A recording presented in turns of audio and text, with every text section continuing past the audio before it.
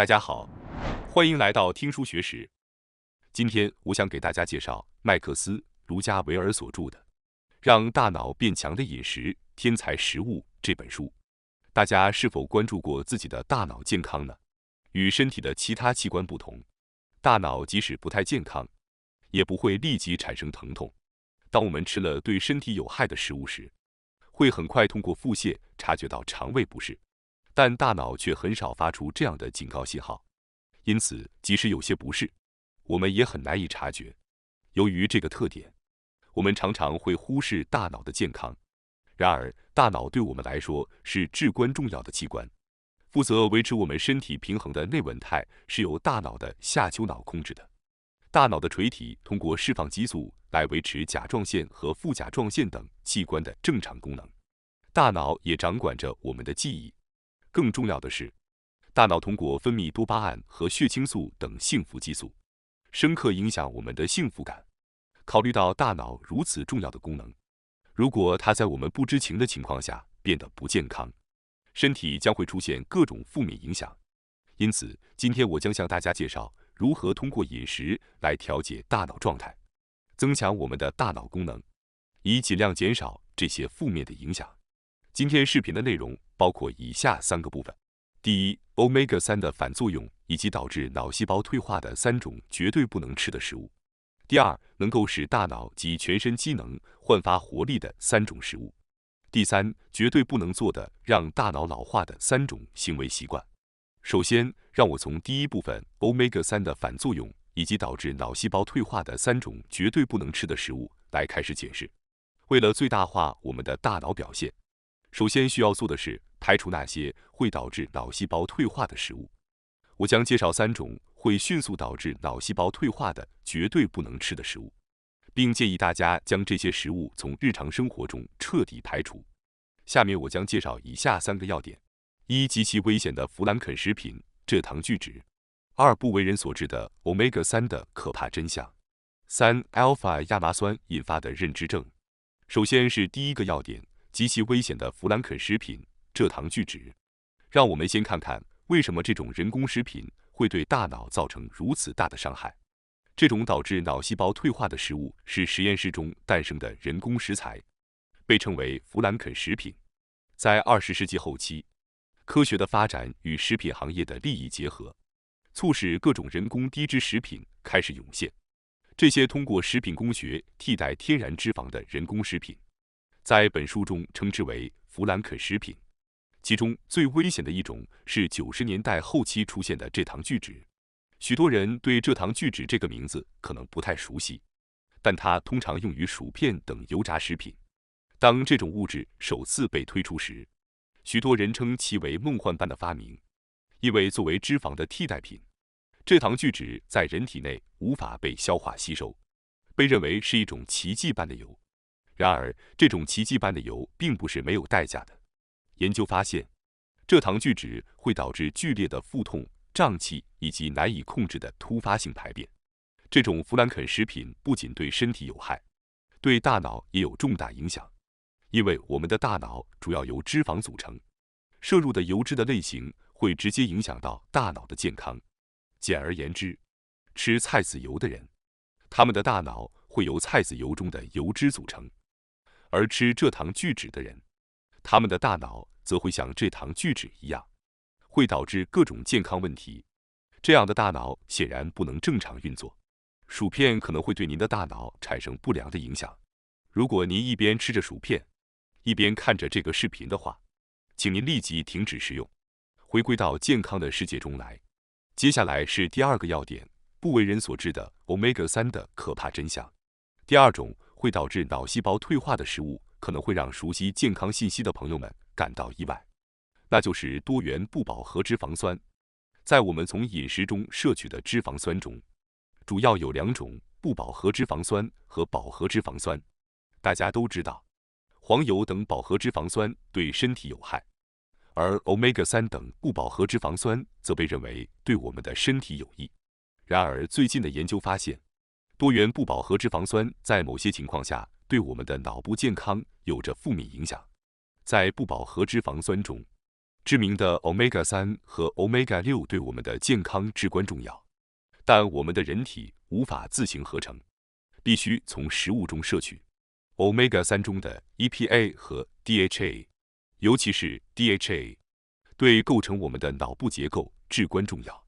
许多人可能通过补充剂来摄取这些脂肪酸，但这些补充剂可能并不像看起来的那样健康。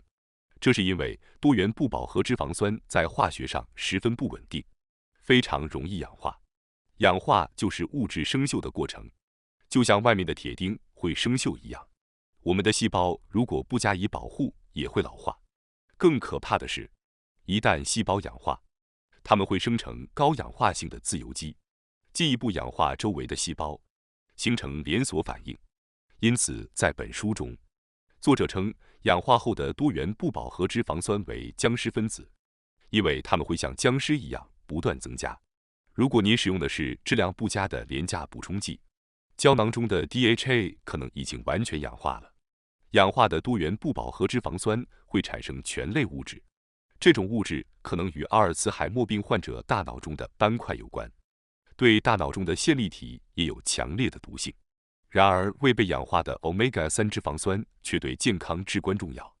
那么，如何在不被氧化的情况下摄取多元不饱和脂肪酸呢？作者建议我们应该尽量摄取新鲜的青鱼。除了鱼类外，放养的鸡和草饲牛肉中也含有 Omega-3。如果您不喜欢吃鱼的话，也可以尝试这些食物。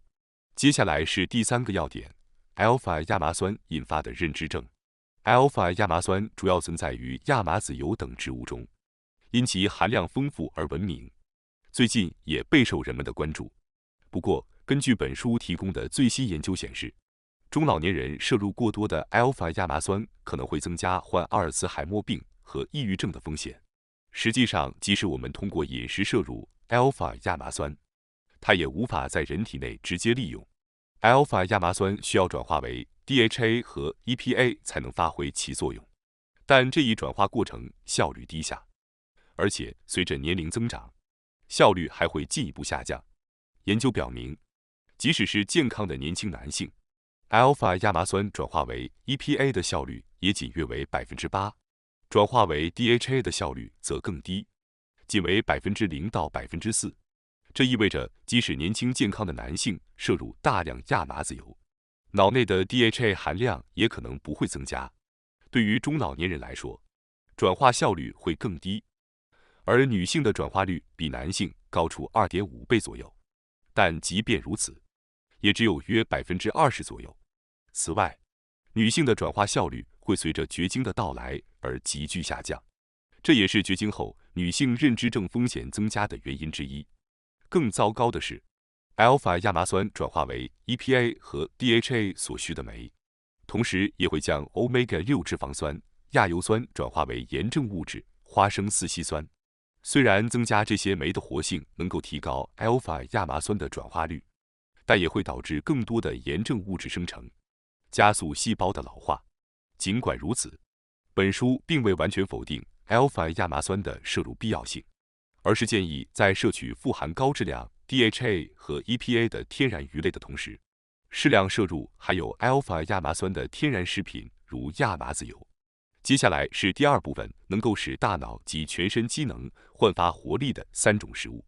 下面我将介绍以下3个要点：1、获得最强的髓鞘，加速细胞电信号的奇迹油；2、草饲牛肉的健康功效；3、提高大脑能量效率的酮体饮食法。首先是第1个要点，获得最强的髓鞘，加速细胞电信号的奇迹油。大脑的健康对我们整个身体的健康至关重要，而其中一种能够显著提高大脑细胞电信号速度的油是特级初榨橄榄油。我们的大脑细胞由一个圆形的细胞体和一根长长的轴突组成，形状类似于蝌蚪。细胞体是脑神经细胞的核心，轴突则像电缆一样传输电信号。脑细胞产生的电信号通过轴突传递到其他细胞，实现信息的快速传递。而在轴突上有一种类似于绝缘胶带的物质，被称为髓鞘，它起着绝缘体的作用，使得大脑细胞能够更快地传递电信号。而构成髓鞘的关键成分，就是含有单不饱和脂肪酸的特级初榨橄榄油。特级初榨橄榄油在地中海饮食中很受欢迎，长期坚持地中海饮食不仅可以使身体保持健康，还对大脑的健康十分有益。巴塞罗那的研究团队进行的一项研究表明，每周摄入1升特级初榨橄榄油的受试者的认知功能得到了显著提高。这可能是因为大量摄入的单不饱和脂肪酸形成了大量的髓鞘，提高了使神经细胞的信息传递速度。因此，如果你想在工作中发挥更高的效率，或者为了获得资格证书而努力学习，我建议您尝试摄入特级初榨橄榄油。每周摄入1升的量可能有些过多，但是将平时使用的烹饪油替换成特级初榨橄榄油，就可以获得很好的健康效果。希望大家尝试一下，看看效果如何。接下来是第2个要点：草饲牛肉的健康功效。或许你已经听说过草饲牛肉，它指的是由吃草长大的牛肉。我们通常在超市买到的廉价牛肉，通常被喂养了非常不健康的饲料，而不仅仅是被抗生素养大。据本书作者所述，在美国，养殖商甚至会给牛喂食糖果、饼干，甚至棉花糖等垃圾食品。与工业化养殖的牛肉相比，只吃草的草饲牛肉显然更有益健康。草饲牛肉富含人体所需的铁、锌等必需矿物质，正如之前提到的，未氧化的 Omega-3 脂肪酸也很丰富。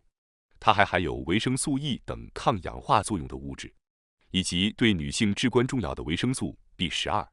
据澳大利亚的一项研究显示，经常食用草饲牛肉的女性患抑郁症、焦虑症和双向情感障碍等精神疾病的风险要降低1半。另外，根据一项针对肯尼亚儿童的研究表明，经常食用草饲牛肉的孩子在身体的认知和行为方面会表现出更好的能力。因此，草饲牛肉不仅对大脑有益，对心理和精神健康也有着很大的积极影响。由于草饲牛肉具有非常高的健康功效，我希望大家尝试一下。接下来是第3个要点：提高大脑能量效率的酮体饮食法。我们通常可能认为大脑主要依赖葡萄糖作为能源，但这是个误解。虽然大脑确实能够利用葡萄糖作为能源，但更好的能源在于酮体。酮体在大脑细胞中的能量效率远高于葡萄糖。葡萄糖未被细胞利用时，会在血液中转化为中性脂肪，并储存为皮下脂肪，而酮体则是通过脂肪燃烧而产生的。通过转向酮体代谢，我们可以健康的减肥。最近的研究还表明，当酮体存在时，某些遗传通路会被激活，会产生一种称为脑源性神经营养因子 BDNF 的物质。BDNF 是一种大脑生长激素，它可以提高学习能力和大脑的灵活性，保护神经细胞免受各种损伤，还具有改善情绪、调节心理状态等作用。此外，酮体相对于葡萄糖还能够增加约40%的血液流量，所以从各方面综合来看，酮体对大脑的能源供应更加有益。那么，我们如何才能让身体使用酮体而不是葡萄糖作为能源呢？实际上，这个方法非常简单，只需不吃早餐即可。要让身体进入酮体代谢状态，需要保持16小时的进食状态。当然，不吃早餐的话，有些人可能会感到没精神。如果是这样的话，提前吃晚餐也是一个有效的方法。根据伊利诺伊州立大学的最新研究，下午2点后停止进食的被试者发现，其体内的酮体含量明显增加。此外，间歇性低卡路里饮食等方法也被证明是有效的。进食不仅可以使身体进入酮体代谢状态，还可以启动自噬作用，清除体内的老化物质，焕发青春活力。如果您仍然每天吃3餐，那对您的健康来说是绝对不利的。希望大家尝试一下不吃早餐，亲身体验酮体代谢和自噬作用的神奇效果。接下来是第3部分，绝对不能做的让大脑老化的3种行为习惯。要保持脑细胞的健康，除了良好的饮食习惯之外，进食和运动等也很重要。但是今天我想挑选一些大家可能不知道的内容来介绍给大家。首先，让我来总结一下这3个习惯：一、使用质子泵抑制剂喂药；二、使用非甾体抗炎药感冒药；三、使用止汗剂。首先是绝对不能做的让大脑老化的习惯之一，使用质子泵抑制剂喂药。或许大家中间有些人在肠胃感到不适时，曾经被医生开具了一种叫做质子泵抑制剂的药物。这种药物通常是用来预防胃酸倒流的，但这种药物会抑制正常的消化功能，影响维生素 B12 等必需营养素的吸收，增加患认知症的风险。所以在肠胃感到不适的时候，大家应该尽量避免使用这类药物，可以选择服用一些副作用小的中药来缓解胃部症状。接下来是绝对不能做的让大脑老化的习惯之二，使用非甾体抗炎药感冒药。大家可能听说过非甾体抗炎药这种感冒药，它通过攻击细胞内线粒体产生活性氧化物，从而导致细胞氧化、老化。因此，建议大家尽量避免服用这种药物。与非甾体抗炎药的效果类似，作为一种具有抗炎作用但不会产生活性氧的物质，有一种叫做姜黄素的多酚化合物。如果您需要止痛药，最好尽量使用姜黄素补充剂等替代品。最后是绝对不能做的让大脑老化的习惯之三，使用止汗剂。很多止汗剂中含有铝的成分，长期使用会破坏脑细胞，增加患认知症的风险。因此，如果您担心体味的问题，建议您使用有杀菌作用的椰子油和小苏打制作的天然除臭剂。希望大家能尝试一下。感谢大家收看今天的节目。如果你喜欢我们分享的内容，记得点赞、订阅并开启小铃铛通知，第一时间获取我们的更新。在下次的节目中，我们将继续为大家分享更多有益的书籍。再次感谢大家的支持，我们下期再见。